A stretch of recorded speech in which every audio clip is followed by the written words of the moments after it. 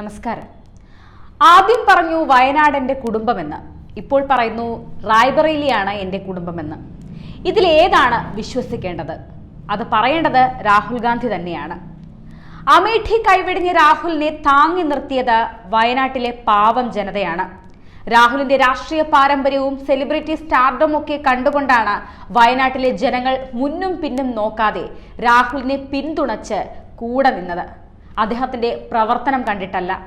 വയനാടിനു വേണ്ടി എന്തു ചെയ്തു എന്ന് ചോദിച്ചാൽ രാഹുലിന് കൈമലർത്താനേ സാധിക്കൂ. വയനാട്ടിലെ ആദിവാസി ഊരുകളിലടക്കം രാഹുലിന് സെലിബ്രിറ്റി സ്റ്റാർഡം അല്ലാതെ ഒന്നും ഉണ്ടാക്കാൻ കഴിഞ്ഞിട്ടില്ല.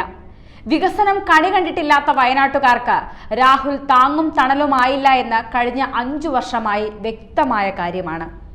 വീണ്ടും ജയിച്ച കേരളത്തിലെത്തിയ രാഹുൽ ഗാന്ധിക്കെതിരെ സുധാകരനും പറഞ്ഞത് ഇന്ത്യ നയിക്കേണ്ട രാഹുൽ വയനാട്ടിൽ വന്നു നിൽക്കാനാവില്ല എന്നാണ്. രാഹുൽ ഗാന്ധി വയനാട് വിടുന്നതിൽ ഒരേ സമയം സങ്കടവും സന്തോഷവും തോന്നുന്നുവെന്നാണ് സുധാകരന്റെ പ്രതികരണം. കോൺഗ്രസ് വിജയവും രാഹുൽ ഗാന്ധിയുടെ നേട്ടവും സന്തോഷം നൽകുന്നു എന്നാണ് പറഞ്ഞത്. പാർട്ടിക്ക് പോലും വ്യക്തമായ ധാരണയില്ല എന്ന് മനസ്സിലാകുന്നു. ഇപ്പോഴിതാ വയനാട് ലോക്സഭാ മണ്ഡലം ഉപേക്ഷിക്കാനുള്ള രാഹുൽ ഗാന്ധിയുടെ തീരുമാനം വയനാട്ടിലെ ജനങ്ങളോടുള്ള വഞ്ചനയാണെന്ന് പറഞ്ഞിരിക്കുകയാണ് BJP സംസ്ഥാന അധ്യക്ഷൻ K. സുരേന്ദ്രൻ. നേരത്തെ തന്നെ രാഹുൽ വയനാടിനെ ചതിക്കുമെന്ന് BJP പറഞ്ഞിരുന്നു. വയനാട് എന്റെ കുടുംബമാണെന്ന് പറഞ്ഞിരുന്ന രാഹുൽ ഗാന്ധി ഇപ്പോൾ റായ്ബറേലിയാണ് തന്റെ കുടുംബമെന്നാണ് പറയുന്നത്. നേരത്തെ ഇത് അമേഠിയുമായിരുന്നു.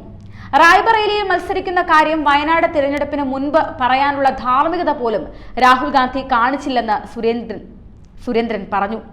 രാഹുൽ ഗാന്ധിയുടെ നോട്ടം ഇപ്പോഴും പ്രധാനമന്ത്രി കസേരയിൽ തന്നെയാണ്. പക്ഷേ അതെന്ന് നടക്കുമെന്ന് മാത്രം അറിയില്ല.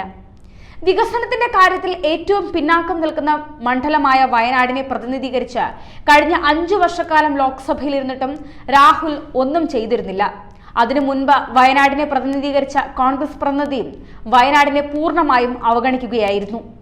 കോൺഗ്രസും UDFും ഉപതെരഞ്ഞെടുപ്പിന് വഴിയൊരുക്കുന്നതിലൂടെ വീണ്ടും വയനാട്ടുകാരുടെ ക്ഷമ പരീക്ഷിക്കുകയാണ്.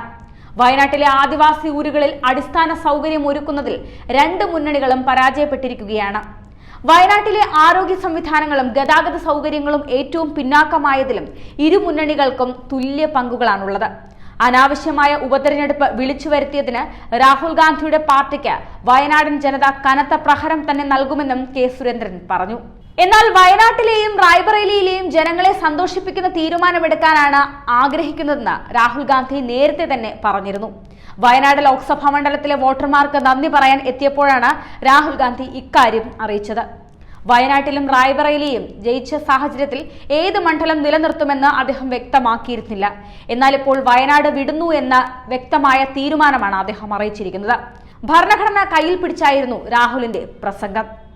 ഏതായാലും വയനാട് വിടുന്നതോടുകൂടി രാഹുലിന് വലിയ തിരിച്ചടിയാണ് കേരളത്തിൽ നിന്നും നേരിടുക എന്ന തരത്തിൽ ചർച്ചകളും നടക്കുന്നുണ്ട്.